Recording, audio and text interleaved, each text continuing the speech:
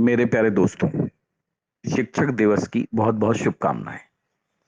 दोस्तों, आपने जरूर सुना होगा,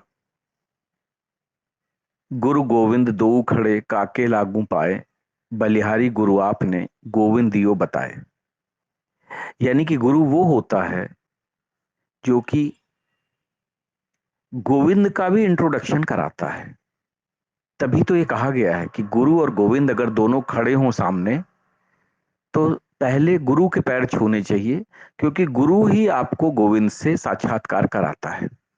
ये हमारे भारतीय परंपरा का एक बहुत ही अभिन्न अंग है, जो है गुरु शिष्य परंपरा।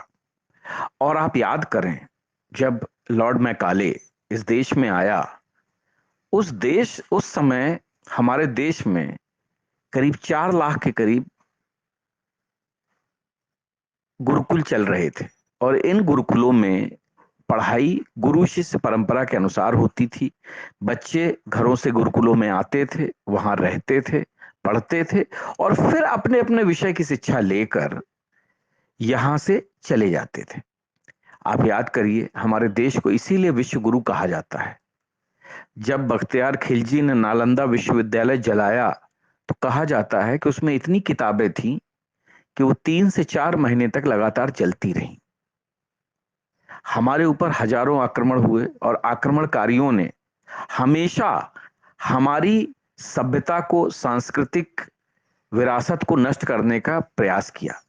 वो इसलिए क्योंकि हमारा ही देश ऐसा था जो गुरु शिष्य परंपरा को मानता था, उसके प्रभाव को जानता था, उसके परिणाम को जानता था। और यही कारण है कि आज तक वो गुरु शिष्य परंपरा चलती चली आ रही है।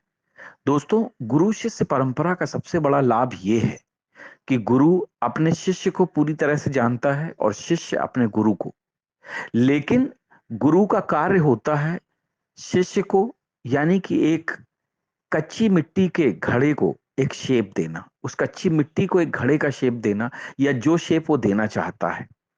और यही कारण है कि गुरुओं ने हमेशा अपने शिष्यों को आगे बढ़ाने में, उनको महान बनाने में वरीयता दी है।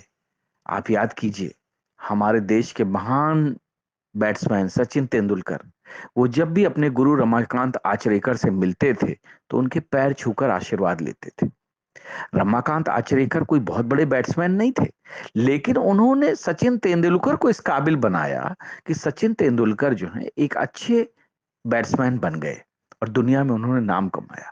ऐसे ही हर खेल हो, चाहे विद्या हो, किसी भी क्षेत्र में आप देखिए, गुरु का एक महत्व अलग रहता है। और यही कारण है कि आज भी हमारे देश में, चाहे वो किसी भी जाति, किसी भी धर्म का इंसान हो, वो गुरुओं को बहुत महत्व देता है।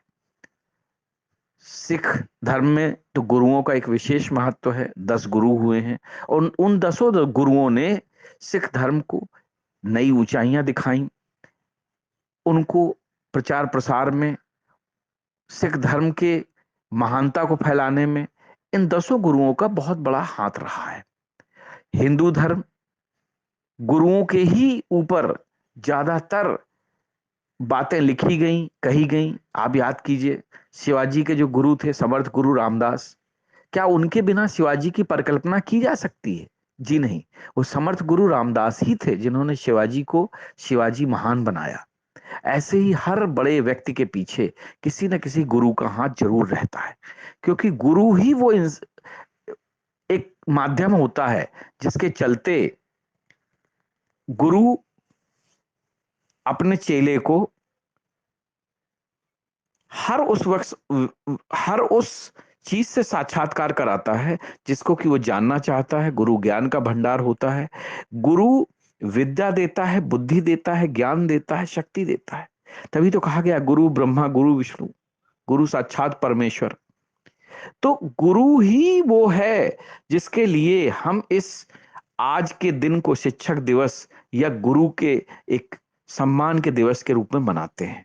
वैसे तो आज भारत के प्रथम जो राष्ट्रपति थे, सर्वपल्ली राधाकृष्णन, उनका जन्म दिवस है।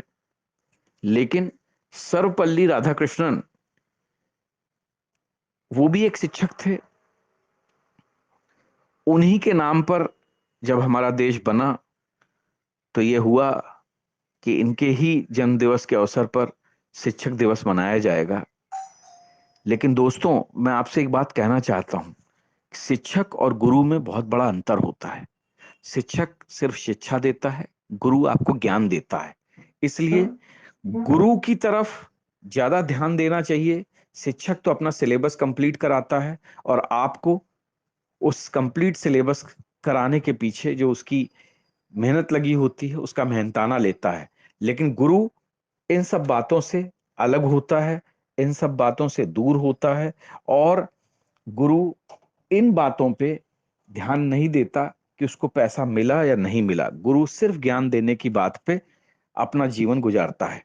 सो इसलिए दोस्तों, गुरुओं का सम्मान करिए, गुरु शिष्य परंपरा को आगे बढ़ाइए, और ये देखिए कि जो गुरु हैं वो किस तरह से अपने शिष्य की रक्षा करते हैं, शिष्य को आगे बढ़ने में, तरक्की करने में, उसके मानसिक विकास में मदद करते हैं। क्योंकि यही हमारे देश की परंपरा है, यही हमारे देश का इतिहास रहा है। और गुरु हमेशा महान था, महान है, महान रहेगा। अपने गुरुओं का सम्मान करिए।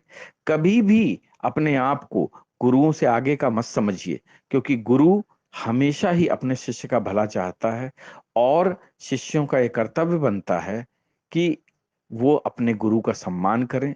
गुरु सिर्फ सम्मान का भूखा होता है, और उसको बाकी किसी चीज से कोई मतलब नहीं होता। तो आइए मेरे मित्रों, इस गुरु शिष्य दिवस पर हम अपने गुरुओं का सम्मान करें, अपने गुरुओं को नमन करें, और जो गुरु हमारे बीच में नहीं है उनको श्रद्धांजलि अर्पित करें, ताकि कहीं ना कहीं से उनका आशीर्वाद हमें मिलता रहे। जय हिंद, जय भारत।